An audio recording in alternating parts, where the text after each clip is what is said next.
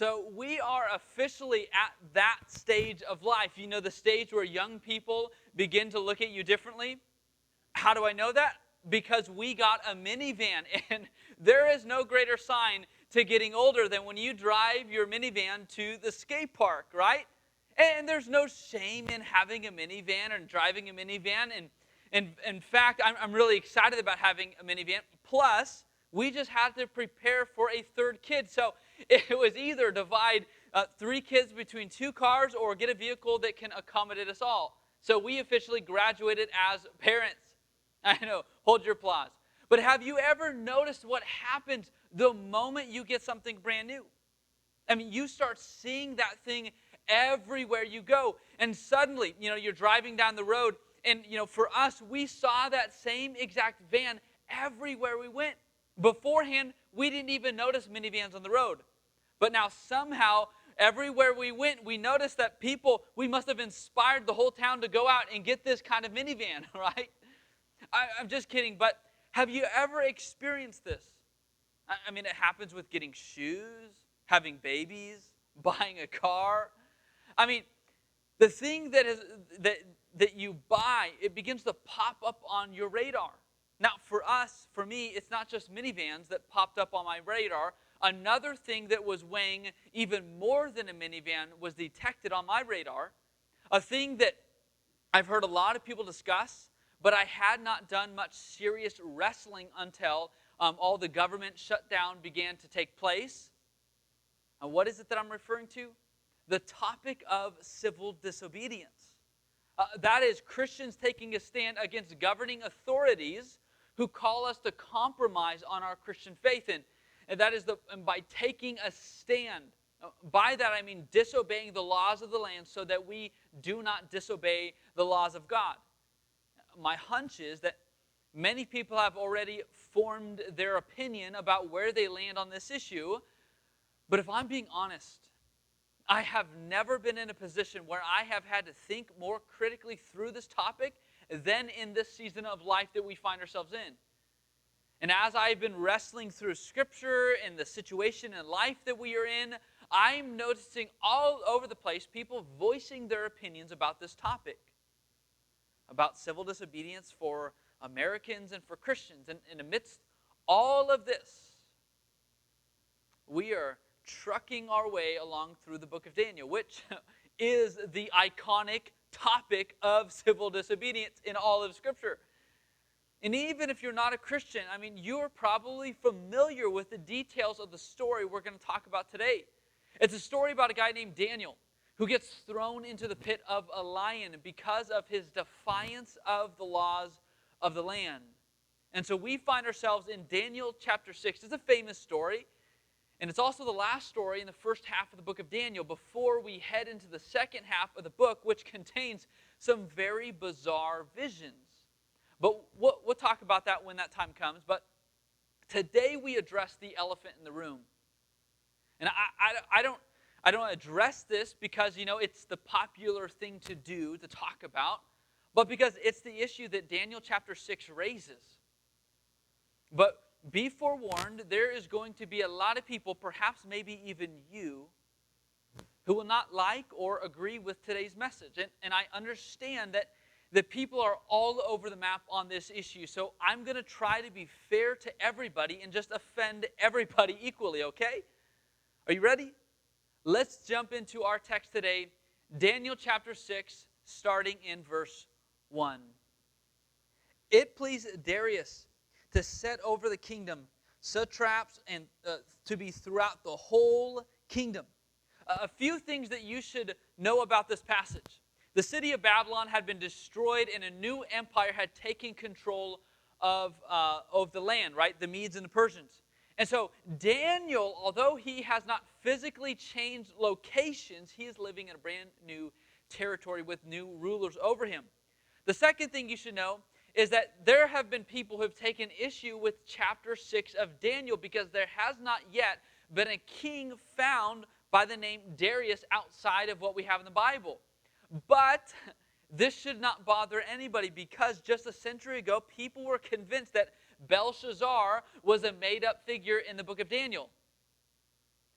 And then they found a bunch of documentations about Belshazzar, right? It would be wise to learn from our modern oversight and not make the same misjudgment again about this king.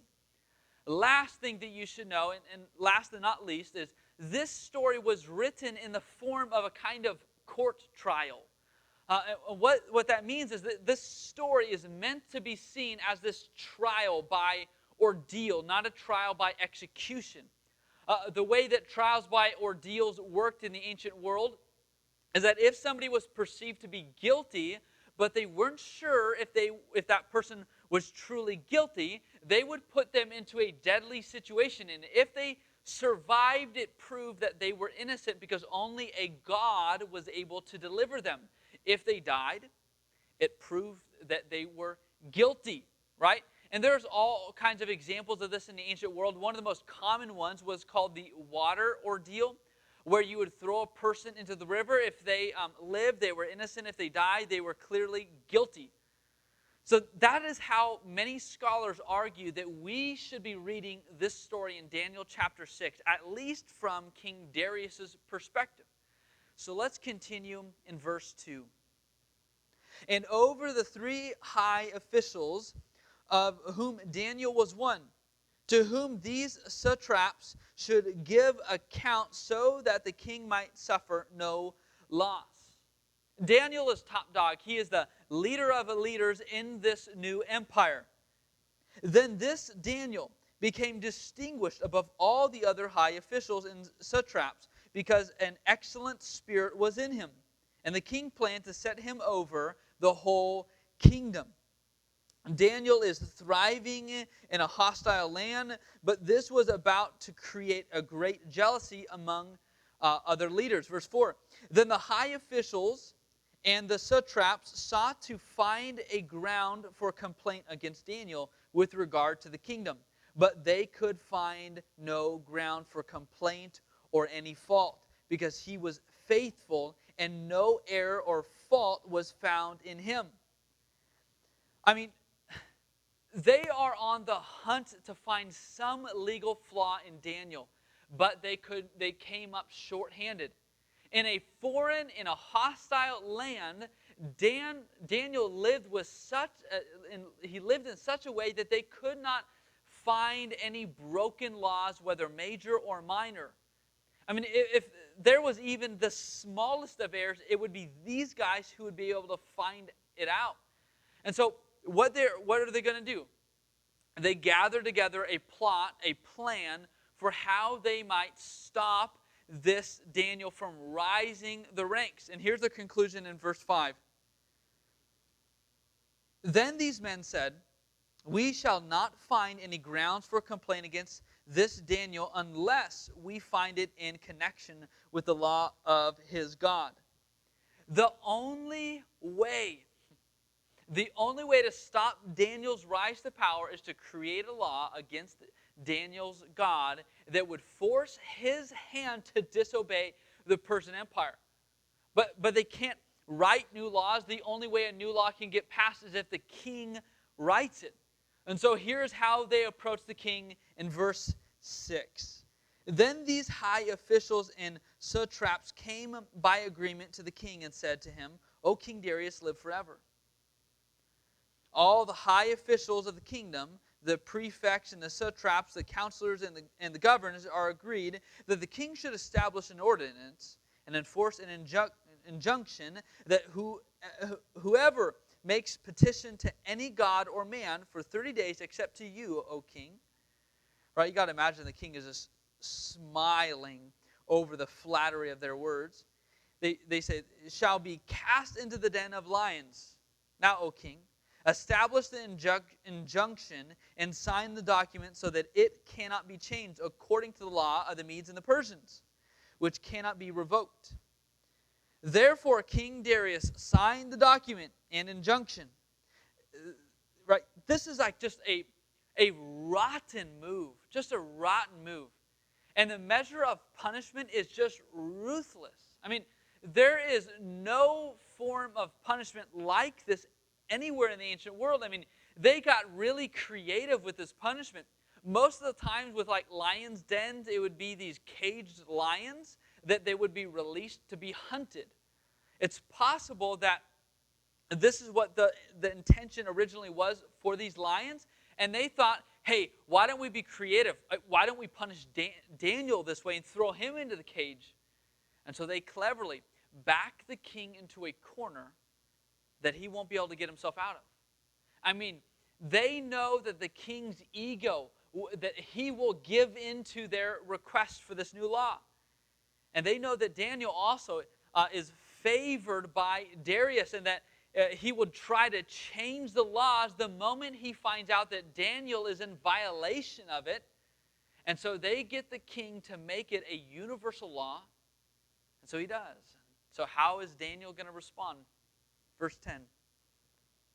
When Daniel knew that the document had been signed, he went to the house where he had windows in the upper chambers open toward Jerusalem.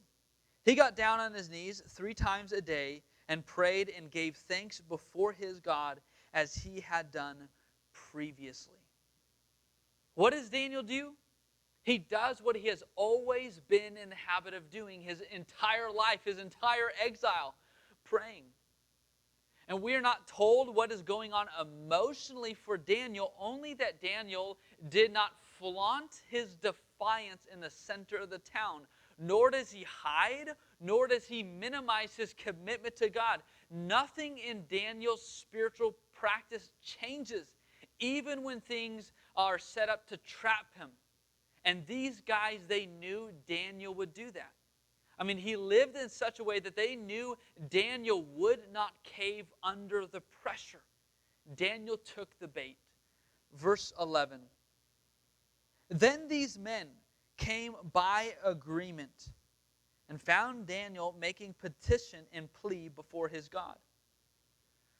As we can tell, Daniel hears of the circumstance and he starts pleading his case before the just judge, asking God for intervention, justice, for proof, something, anything. And how's this for an answered prayer? In the midst of crying out for help to God, these men storm into the room and they catch Daniel breaking the law. Verse 12. Then they came near and said before the king concerning the injunction, O king, did you not sign an injunction that anyone who makes petition to any god or man within 30 days except to you, O king, shall be cast into the den of lions? The king answered and said, the thing stands fast according to the law of the Medes and the Persians, which cannot be revoked. They go to the king and they remind the king of the law before they go to judge Daniel. Verse 13. Then they answered and said before the king, Daniel, who is one of the exiles from Judah, pays no attention to you, O king, or the injunction you have signed, but makes his petitions 3 times a day.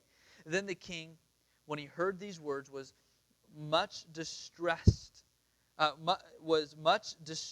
set his mind to deliver Daniel. And he labored till the sun went down to rescue him. I mean, he is trying to find some way to undo this situation for Daniel, but nothing transpires.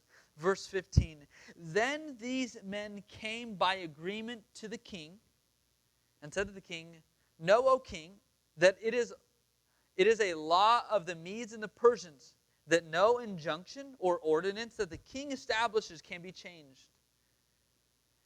Then the king commanded, and Daniel was brought and cast into the den of lions.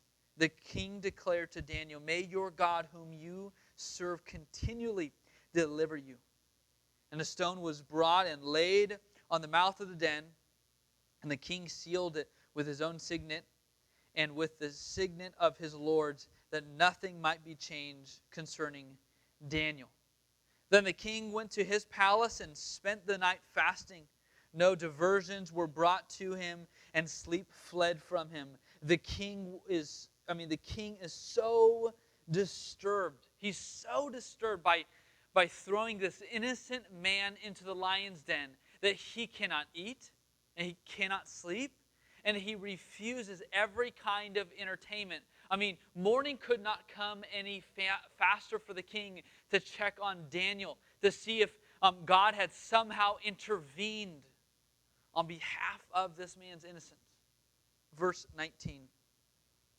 Then at break of day, the king arose and went in haste to the den of lions. As he came near to the den where Daniel was, he cried out in a tone of anguish, right? He has no hope and he is grieving as he walks. Then the king declared to Daniel, "Oh, Daniel, servant of the living God, has your God, whom you serve continually, been able to deliver you from the lions?" Then Daniel said to the king, "O king, live forever. My God sent his angel and he shut the lion's mouth. And they have not harmed me, because I was found blameless before him. And also before you, O king, I have done no harm."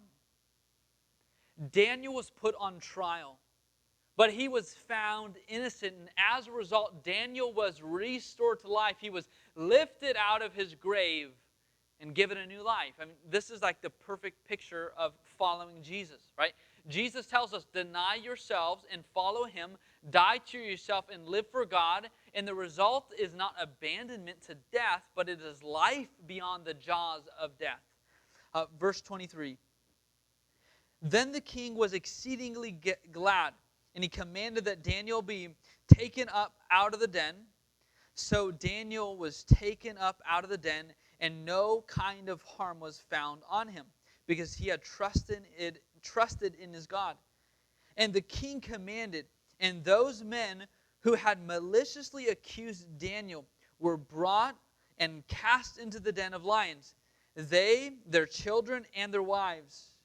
And before they reached the bottom of the den, the lions overpowered them and broke all of their bones in pieces. This is a very graphic and ironic turn of events. I mean, the administrators who had this new law put into place were actually the ones who were disloyal to the king's desires and attention, whereas Daniel, who broke the law, was the most loyal in the whole kingdom.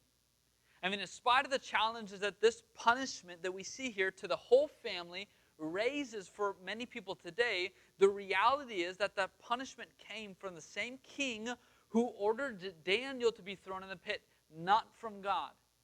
And the reason a king would do this is so that they could squelch any future rebellions that would rise up out of these families.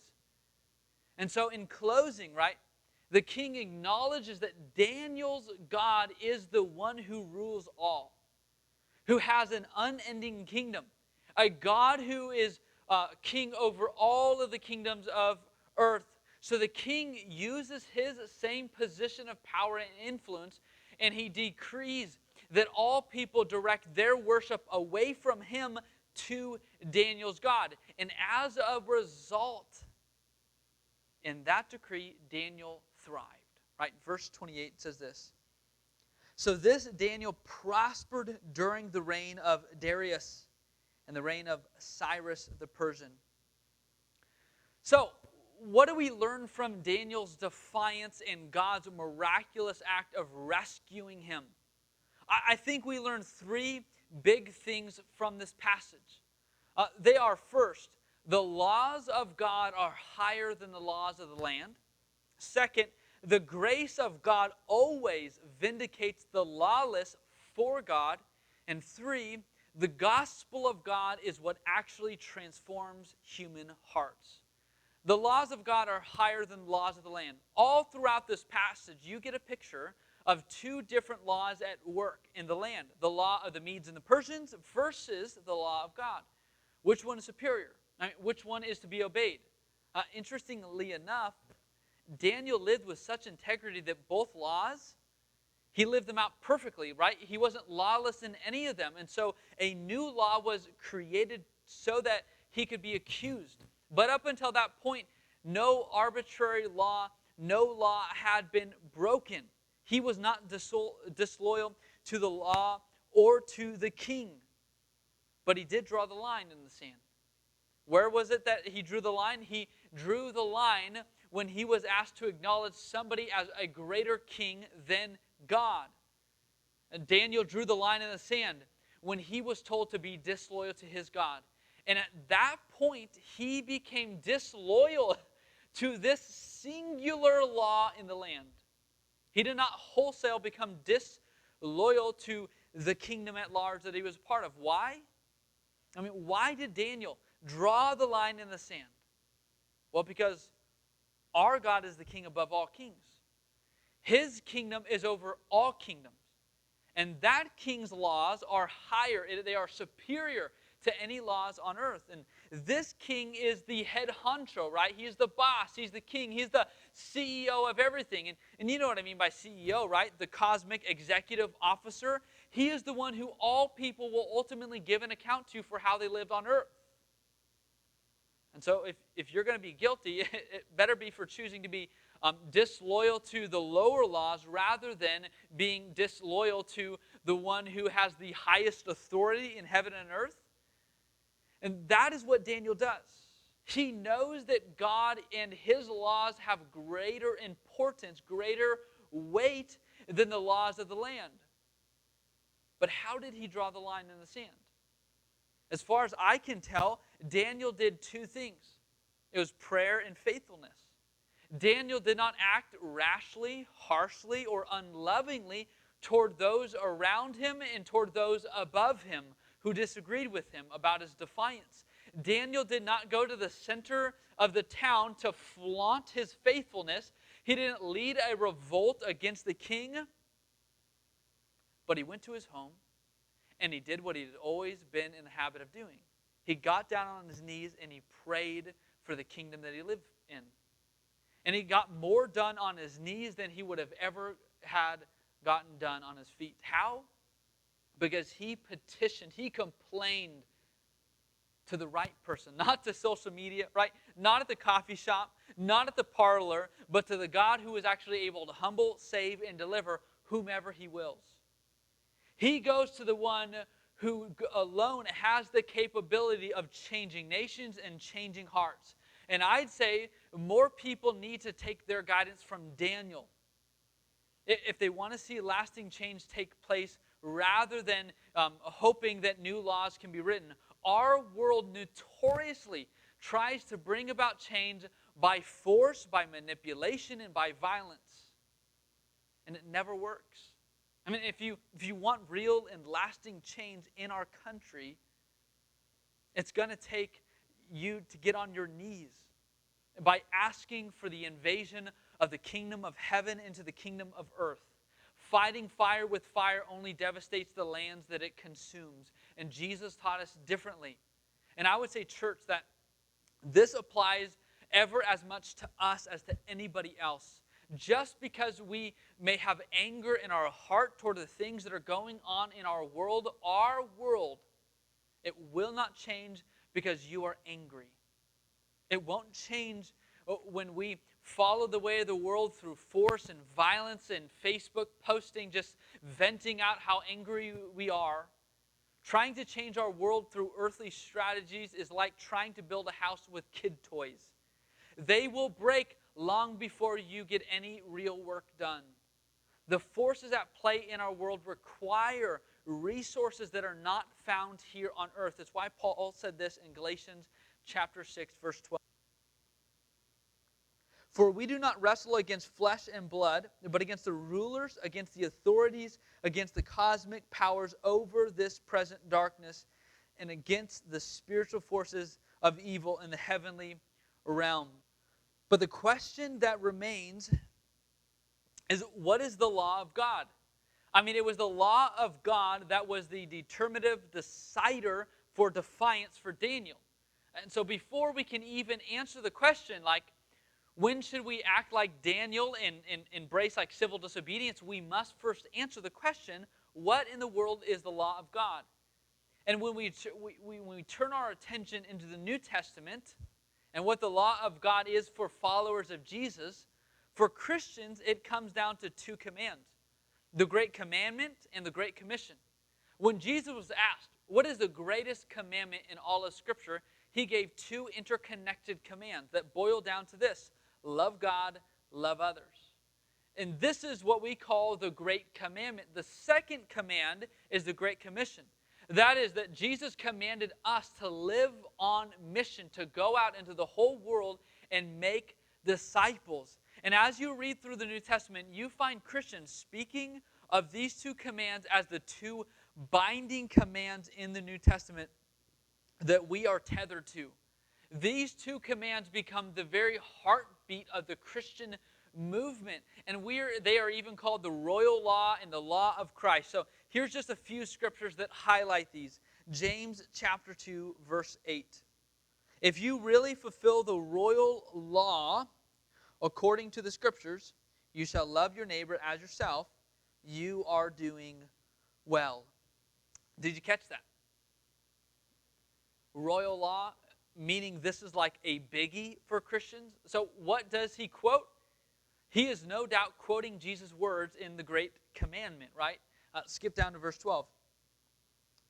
So, speak and so act as those who are to be judged under the law of liberty. This law, the law of liberty, is the law that brings freedom. There's only one law that grants true freedom, and that is the law of God's mercy and love toward us. Therefore, we are bound to show love and mercy toward others because that is how Christ has acted toward us. Galatians chapter 6 says this: bear one another's burdens and so fulfill the law of Christ. What in the world is the law of Christ? Well, given everything else that Paul says, most believe it is the law of love, the great commandment of loving God and loving others. So those are the great commandment echoes in the New Testament, but here are a few that incorporate the Great Commission. 1 Corinthians chapter 9, verse 21. To those outside the law, right, he's talking about non-ethnic Jewish people. He said, I become as one outside the law, not being outside the law of God, but under the law of Christ. This is the same thing that we find in Galatians, right? The law of love. But it has a very specific goal in mind, right? Now, what is that goal? It is winning people to Christ. It is discipleship. It is evangelism. He says this, he says, that I might win those outside the law. To the weak I become weak, that I might win the weak. I have become all things to all people, that by all means I might save some. I do it all for the sake of the gospel, that I may share with them in its blessings. And when Peter and John were arrested and they were commanded to stop preaching about Christ to others by the leaders of their day, their response was this in Acts chapter 4, verse 19. But Peter and John answered them, whether it is right in the sight of God to listen to you rather than to God, you must judge. For we cannot but speak of what we have seen and heard. In other words, we Christians who are citizens of heaven and of earth are bound to loyalty to the kingdom of heaven and earth. But we must act defiantly only when the kingdom of earth requires us to act defiantly toward God. And the New Testament hones in on these two commands: loving God, loving our neighbor, and making disciples by telling people about Jesus. It is our duty to follow God's law over the laws of the land when these are being asked to be violated. Here's the problem, though. Here's the problem that we often get ourselves into. We often mistake the laws of our land as the laws of God. And so take for just an example the First Amendment rights of freedom of religion, which I would add is a very good, it is a very profitable right that we have as Americans. But many, they have lifted this off of the land and they have placed this in the heaven. And if those, right, it is, we've placed this at the status of this being the royal law. And as a result, many Christians have justified disloyalty to God's actual law for the sake of defending our rights as Americans, right? Many have felt that their American rights have been violated, and so it is okay to think, speak, and act hatefully to those that we disagree with, those who disagree with me, and those who have caused this loss of my freedom. And so Facebook has been flooded with comments and articles that have trampled the cross and what he's done. But here's what that does. That breaks God's law for the sake of loyalty to the laws of the land. To act hatefully toward others, it parts ways with the Great Commandment and the Great Commission. The Great Commandment to love God, and it hurts our witness of Christ to our world. I mean, and please don't hear me speaking negatively toward our rights as Americans. I mean, especially things like our First Amendment rights. I am really grateful for them and being an American. And you know, we must work to protect them and hold our leaders accountable to maintaining them. But we cannot do that at the expense of setting aside our greater duty of loving God, loving others, and making disciples. Why? Because the laws of God are higher than the laws of the land. Second, the grace of God always vindicates the lawless for God. This is what we see take place with Daniel. He is seen as a lawbreaker. He is punished, but he is rescued by God. And then he is spoken of as being blameless, that is, without crime. God vindicated him. And the same goes for us. When there is a conflict between these two laws, and our obedience is to God and God's will, God will always result in our vindication. And so even when things do not go in our favor of our faithfulness to God here on earth, in the end, our faithfulness to Jesus, it will triumph over our punishment here on earth. For those who never give up, for those who never give in. And even when we are guilty before God, right, when we do sin and we do make flaws, God always acquits our sin so that we can be pronounced blameless in Christ. And this is all God's grace, right? God doesn't have to do this. He doesn't have to rescue us. He doesn't have to forgive us, but he does because of how much he loves us. God loves us so much that he sent Jesus to die in our place because we were guilty. Not breaking the laws of the land, but breaking ultimately the laws of God that makes us eternally guilty. And so Jesus died to vindicate us. And when we continue to stumble our way forward in faithfulness, we're not perfect. We have Jesus standing beside us constantly, pleading our case, pleading our freedom and our forgiveness. He clarifies in the courts of heaven that our debts have been fully paid for. They have been covered, right? 1 John 2, my dear children, I write this to you so that you will not sin. But if anybody does sin, we have an advocate with the Father, Jesus Christ, the righteous one. He is the atoning sacrifice for our sins, and not only for ours, but also for the sins of the whole world. Last, the gospel of God is what actually transforms human hearts. And the prophet Ezekiel, he speaks of this transformation that needs to take place in people's hearts for true obedience to actually occur. And he compares the human heart to a heart of stone, a rock-solid heart. And he says that before obedience can actually take place, that heart needs to be transformed into a heart of flesh. And this happens when we have the Spirit of the living God living inside of us. And this is where real and lasting change occurs. The gospel, right? That is the belief that Jesus is now king of the cosmos because of his death, his burial, and his resurrection. The gospel, Paul tells us it is in Romans, it is the power of God that brings salvation to all people, Jew and Gentile. The gospel is the only solution that actually transforms our world from the ground up. Nothing else does that. Nothing else is capable of doing that. Nothing else has the power to do that. Nothing in the earth can do that. The issue that we have is not out there somewhere. It's not with the law. It's inside the human heart, right? We don't need new laws. We need renewed people. And it is at that point that we see the gospel working at the deepest parts of humanity. It transforms our desires so that we can live differently. And as Christians, the way in which we lead people forward to hearing the gospel with open ears so it can transform the hearts, it is not through complaints. It is not through legislative efforts.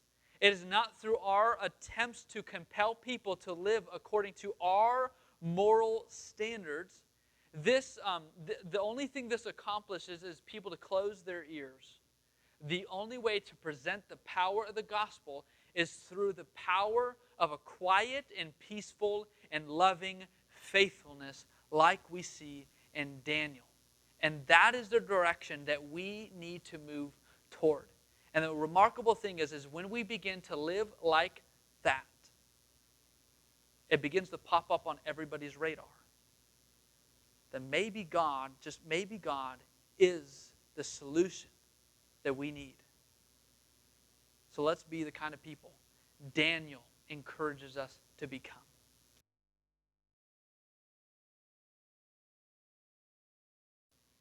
Hey, I want to say thank you so much for joining us online. Hey, do me a favor real quick. If this video, if this message was encouraging to you and helpful to you in your life, I want to encourage you to share this video on Facebook or social media or wherever to get the word out.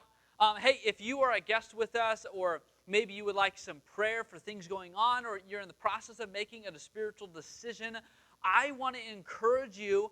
We have a digital connection card. I want to encourage you to scan it or type it into your web browser and fill that out. We would love to continue to connect with you, to pray for you, and help guide you to any spiritual decisions you need to make.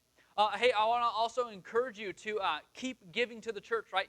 We give as a result, as in reflection to what God has done for us, that He gave His own life for us on the cross. And so I want to encourage you to keep giving. There's multiple ways you can continue to do that. You can do that by going to the church's website. There's a Give Now button that will take you to our PayPal page. You can also come by the church office, mail in a check, or set up auto payment through your bank. This coming week, we are getting ready to launch into the kind of, more bizarre pictures and images in the book of Daniel, right? Daniel chapter 7 through chapter 12 is what scholars call apocalyptic. What in the world is that?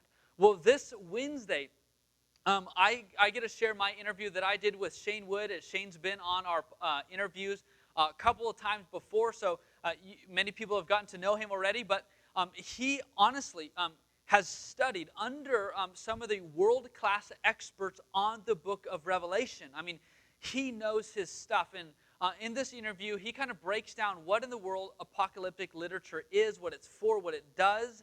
And so that's going to be this Wednesday. I want to encourage you to check it out. It's going to be on our Facebook Live, 10 a.m. this Wednesday, or it's on our podcast. Just simply search Unpacked with Skylar.